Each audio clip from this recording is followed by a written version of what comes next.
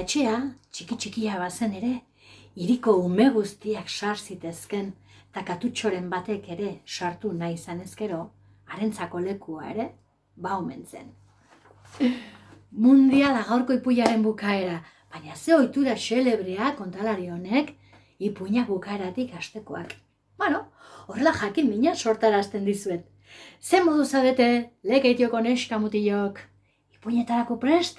Bai, hemen txaude berriz ere, udal liburutegiaren eskutik, kontatzeko gogoz. Berriz ere, oraingoan, Jani Rodaliren istoriotxo bat. Eta aurrekoetan bezala, asmakizuna. Oso erraza. Errazegia agian? Agian ez. Erne, pentsatu eta baietz asmatu. Burdinezko burua. Egurrezko gorputza. Kolpatzean eskua, botako duzu oihua. Bai, baina nola esaten da? Euskeraz nola da hori? Berri zentzun nahi duzuela? Burdinezko burua, egurrezko gorputza, kolpatzean eskua, botako duzu oihua. Ni naiz Ni maite bai, badakit baina. Mailua, osando. Gaurkoan, Jani Rodaliren ipuintxo hau kontatuko dugu. Izenburua gazteleraz botako du, zerenik euskeraz ez dut inoiz aurkitu liburu hau. 3 botones du izenburua. Baina nik nererara euskaratu eta kontatuko dizuet, kontalari guztiok egiten dugu bezala, azkenean istorioen gure bertsioa egiten dugu, horratik gustatzen zaigu ziur asko kontalariak izatea. Entzuteko prest? Rodaliren ipuin honekin hasteko prest? Eskuak berotu gero txaloak beharko ditugulako, eta beti bezala, kukua, ipuina, hasiko da. Begiak erne, belarriak tente, min gaina atera, eta zuloan gorde, txutxu, ni kontari, eta zu entzule. Omen zen arotz bat, egurrezko gauzak egiten zituen neska bat, dakizuen maiak, aulkiak, armairuak, Edurne izena zuena. Baina egun guztia egurra gora eta egurra bera aritzen zenez, jarduten zuenez, deitzen zioten egurne, edurne baino egurne. Gure egurne oso arotz ona zen, lan zoragarriak egiten zituen maitasun handiarekin, beti. Eta edozein gauza egiten hasten zela, beti, abesten egiten zuen lan, adibidez, hau abesten zuen askotan, kankan eta kinkin, mai bat nahi dut egin, lau egurta bihotzarekin. Kankan eta kinkin, kankan eta kinkin. Jendeari asko gustatzen zitzaion egurneren lana, baina egurne bizi zen herrian jendea nahiko pobrea zen. Eta oso lan gutxi ematen zioten, eta horregatik oso diru gutxi ateratzen zuen. Iritsi zen garai bat non urtean 4 aulki eta mai bat bakarrik enkargatu zizkioten, eta horrekin ezin da bizi. Bera saiatzen zen jendeari proposatzen zion, ez alduzu armairu bat nahi, ez alduzu, lehioak aldatzerik nahi. Ate bat eingo dizu zoragarria, baina horre guztiak dirutza balioko du, erantzuten zioten. Eta gure egurnek azkenean erabaki zuen herri hartatik alde egitea. Baina jakina etxerik ez zuen, eta pentsatu zuen egurrezko etxetxo bat egitea, eta etxetxo hartan gurpil batzu jartzea. Eta gero lako bi kirten bezala, eta orgatila edo karretila bat baliz bezala, mugitu balizatia. Bakizue rulota bezala, karabana bezala, ez da? Holaxe prestatu zuen, berriz ere maitasun guztiarekin. Kankan eta kinkin, etxe bat nahi dut egin, lau egurta bihotzarekin. Kankan eta kinkin, kankan eta kinkin. Eta lana bukatutakoan, eutxi bere etxetxoari agur esan, herriko guztiei, eta nabiatu zen. Basoan barrena, bakizu ipuin guztietan, basotik pasa behar. basoa zeharkatzen hasi zenean ilundu, eta tximistak eta trumoiak euria barra zarra hasi zuen. Eta gure Egurne etxetxoan sartu zen. Bazuen zopa egiteko, eta han hasi zen, zopa prestatzen. Eta faltzen hasi behartzuela, halako batean, norbaitek etxeko atea jo zuen. Norbait ate joka? Eta irekitzion bai ala ez? Bai! Kaixo Egurne, ni zure osaba naiz, enazu ezagutzen, baina zure osaba naiz. Jakin dut hemen zeundela, basoa zeharkatzen, eskerrak harrapatu zaitudan. Izan ere, etxeri gabe geratu naiz, eta ez daukat ni nor zainduko nagoenik.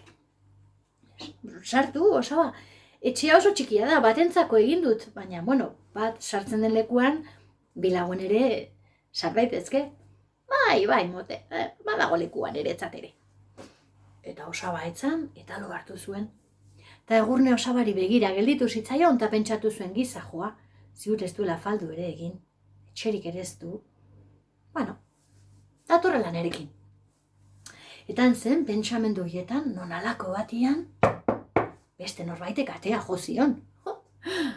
Ireki, eta nazaldu zen, bustitzen ari zen ama bat, 3 seme-alaba zituena, mesedez utzi sartzen, ez daukagu nun sartu, euriak basoan harrapatu gaitu, etxeri gabe geratu gara, eta lani gabe nago, eta ezin dut etxea ordaindu, sartu emakumia, lekua baldin badago. Bai, neska, egongo ez da ba, kanpoti txikia dirudi, baina ikusten. Tan sartu zen ama, eta 3 seme-alabak. Eta kontu kontari, hasi ziren. Eta prestatuta zeukan zopa, partekatu zuen.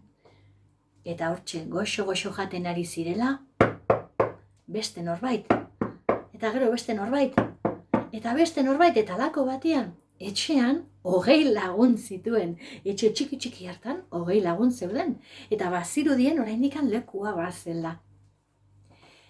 Denak hijita jarri zirela, halako batean, pum, norbaitek gogor jo zuen atea.